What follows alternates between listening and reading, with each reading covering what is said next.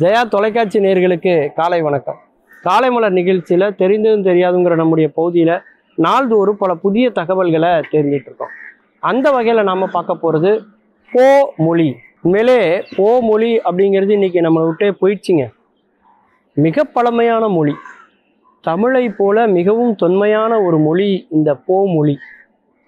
போ என்று சொல்லக்கூடிய பழங்குடி மக்கள் பேசிய மொழி. இந்த மக்கள் கொஞ்சம் கொஞ்சமாக அருகி கொண்டே வந்து அதை பேசிய கடைசி பெண்மணியும் சமீபத்தில் இறந்து போயிட்டாங்க. போ அப்படிங்கிற அந்த மொழியை பேசிய அந்த பெண்மணி போவா சர் அப்படின்னு சொல்கிறாங்க, போவா சீனியர்னு சொல்கிறாங்க. அந்த பெண்மணி சமீபத்தில் இறந்து போயிட்டாங்க. அவங்களோட அந்த மொழியும் அழிந்து விட்டது. அந்த மொழி பேசிய அந்த பெண்மணி எங்கே வாழ்ந்தாங்க அப்படின்னா அந்தமான் நிக்கோபாரில் வாழ்ந்தாங்க. இந்தியாவுக்கு பக்கத்தில் இருக்கக்கூடிய ஒரு தீவு அந்தமான். அங்கே இன்னைக்கும் பல பழங்குடி மக்கள் வாழ்வதை நீங்கள் கேள்விப்பட்டிருக்கலாம். உலகம் இன்னைக்கு 21ஆம் நூற்றாண்டு கணினிமயமாக இன்னைக்கு எங்கேயோ முன்னேறிட்டு இருந்தாலும் கூட நாம் வாழ்கிற இதே காலகட்டத்தில் இன்னும் பழமையாக, இன்னும் காட்டுவாசிகளாக பழங்குடி மக்கள் இன்னும் வாழ்ந்து கொண்டு தான் இருக்கிறார்கள். ஒரு மொழியினுடைய அழிவு என்பது அந்த மொழியில் பதிந்திருக்கக்கூடிய கலாச்சாரமும் அழிந்து போகிறது. ஒரே ஒரு வேலையை ஒரு நாளைக்கு செஞ்சால் அது பழக்கம், அதே தொடர்ந்து செஞ்சால் அது வழக்கம். அதையே ஒரு குழுவாகவே நிறைய பேர் செஞ்சாங்கன்னா அதுக்கு பேர் தான் கலாச்சாரம். அதுவே நிலைத்தால் அதுதான் பண்பாடு, இல்லையா? இப்படி ஒரு மொழி பேசக்கூடிய மக்களுடைய உணவு, கலாச்சாரம், பண்பாடு, பழக்க வழக்கம், பல காரண காரியங்கள், இது எல்லாமே எதில் அடங்கி இருக்கும் அப்படின்னா மொழியில் அடங்கியிருக்கும். என்னதான் ஒரு பெரிய அறிவியல் கண்டுபிடிப்பாளராக இருந்தாலும் கண்டுபிடிச்சதை அவர் மொழியில தான் சொல்ல முடியும், இல்லையா? இப்போ அறிவியலாக இருக்கட்டும், வேதியியலாக இருக்கட்டும், விலங்கியலாக இருக்கட்டும், தாவரவியலாக இருக்கட்டும், அதுக்குன்னு தனி மொழி கிடையாது. எல்லாமே மொழி தான். மொழியில தான் அவங்களுடைய கண்டுபிடிப்பை சொல்ல முடியும். அந்த மாதிரி ஒரு குழு மக்களினுடைய வாழ்வியல் அனுபவங்களை சுமந்திருப்பது மொழி. ஒரு மொழி அழிகிறது என்று சொன்னால் ஒரு கலாச்சாரமே அழிகிறது, ஒரு பண்பாடே அழிகிறது. அப்போ அதில் உள்ள நல்ல விஷயங்கள் நம்ம அடுத்த தலைமுறை கொண்டு போக முடியாமல் போயிடும். அந்த அளவுக்கான ஒரு பெரிய பாதிப்பு ஒரு மொழி அழிகிற போது ஏற்படுகிறது. இப்படி உலகத்தில் நாள்தோறும் பல மொழிகள் அழிக்கப்பட்டு கொண்டே வருகிறது. அது பேசக்கூடிய மக்கள் இறந்து போவதன் மூலமாக அந்த மொழி அழிக்கப்பட்டு வருகிறது. அந்த மொழி பேசின அந்த கடைசி பெண்மணி ரொம்ப வருஷமாகவே யாரு கூடயும் பேசுகிறதே கிடையாதான்.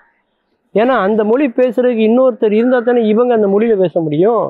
மற்ற யாருக்குமே அந்த மொழி தெரியாதனால, அது அவங்களுக்குள்ளே இருந்ததுனால அப்பமே அந்த மொழி இறந்துட்டுன்னே சொல்லிடலாம். அவங்க இறந்ததோட கன்ஃபார்மாக இறந்துட்டு, ஆனால் அவங்க மட்டுமே பேசி கொண்டிருக்கிற ஒரு சூழல் எப்போ ஏற்பட்டுச்சோ அப்பமே அந்த மொழியினுடைய அழிவு துவங்கி விட்டது அப்படின்னு சொல்லலாம். அதனால் மற்றவங்களோட பேசும்போது அவங்க என்ன பண்ணுவாங்களாம், அந்த காட்டுவாசிகளுடைய மொழின்னு சொல்லக்கூடிய இந்த பழங்குடி மக்களுடைய மொழி வேறு ஏதாவது ஒரு மொழியில் தான் அவங்க பேசுவாங்களாம். அப்படித்தான் அவங்களுடைய தகவல் தொடர்பு இருந்திருக்கு. அந்த அளவுக்கு ஒரு மௌனமான ஒரு பெண்மணியாகவே ரொம்ப வருஷம் வாழ்ந்திருக்கிறாங்க. இது இப்படி ஒரு மக்கள், பழங்குடி மக்கள் மத்தியில் ஒரு சில மொழிகள் இருக்குது. அந்த மொழிகளில் இது மாதிரியான சில குறியீடுகள் இருக்குது. அந்த மொழிக்குன்னு ஒரு தனித்துவம் இருக்குது. அப்படிங்கிறதெல்லாம் இன்னைக்கு தான் அதில் ரொம்ப அதிக கவனம் செலுத்த துவங்கியிருக்கிறார்கள். ஏன் அப்படின்னு பார்க்கும்போது காடுகள் போன்ற வனப்பகுதிகளில் உள்ள தாவரங்களாக இருக்கட்டும், அங்கே இருக்கக்கூடிய விலங்குகள், ஊர்வன, பாம்பு போன்ற இதெல்லாம் இருக்கட்டும், இதை பற்றிய அறிவு எல்லாமே பார்த்திங்கன்னா அந்த காடுகள்லேயே வாழக்கூடிய மக்களுக்கு தான் அதிகம் உண்டு. அவர்களுக்கு அந்த செடியை பற்றி, அந்த விலங்கை பற்றி, அந்த ஊர்வனை பற்றி தெரிந்த பல உண்மைகளை நாம் மிகப்பெரிய ஆய்வகங்களில், மிகப்பெரிய பொருட்செலவில் கண்டுபிடிக்க வேண்டியதாக இன்னைக்கு இருக்கிறது. அப்படி இந்த உலகத்தில் நம்ம பல பொருள் செலவு செய்து நாம் ஆய்வுக்கூடங்களில் கண்டுபிடிக்கக்கூடிய சில விஷயங்கள் ஏற்கனவே ஒரு சிலரால் பழமையான மொழிகளில் கண்டுபிடிக்கப்பட்டு நம்மை விட சிறப்பாக அது பயன்படுத்தப்பட்டு வந்திருக்கிறது அப்படிங்கிறதே நமக்கு தெரியாமல் போகுது. அது எப்பேற்பட்ட பேரிழப்பு! நம்ம கையில் கிடைச்ச பொக்கிஷத்தையே நம்ம தவற விட்டுட்டு இன்னொன்று தேடி நம்ம போயிட்டு இருக்கோம்னா அது எவ்வளோ பெரிய கால விரயம், அது எவ்வளோ பெரிய முட்டாள்தனத்துக்கு சமம், இல்லையா? அந்த அளவுக்கு உலகத்தினுடைய பழமையான மொழிகள் எல்லாம் பாதுகாக்கப்பட்டாலே நம்முடைய மனித குலத்துக்கு தேவையான பலவிதமான நுட்பமான அறிவுகள், பல செய்திகள் நமக்கு அந்த மொழியிலிருந்து நமக்கு கிடைக்கும். அப்படிங்கிறது தான் மொழியியல் வல்லுநர்கள் சொல்லக்கூடிய ஒரு கருத்தாக இருக்குது. அதனால் தமிழ் ரொம்ப பழமையான மொழின்னு சொல்கிறாங்க. சித்திர இலக்கியங்கள் இருக்குங்கிறாங்க. அதில் உள்ள வார்த்தைகள் எல்லாம் பூடகமாக எழுதப்பட்டிருக்கிறது.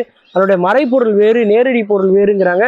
இன்னைக்கும் சீனா போன்ற நாடுகளில் தமிழை விரும்பி படிப்பதற்கான காரணமும் அந்த மொழியினுடைய தேவையாக தான் இருக்கிறது. மீண்டும் பல புதிய தகவல்களோடு அதில் அறியப்படாத பக்கங்களோடு உங்களை சந்திக்கிறேன். நன்றி, வணக்கம்.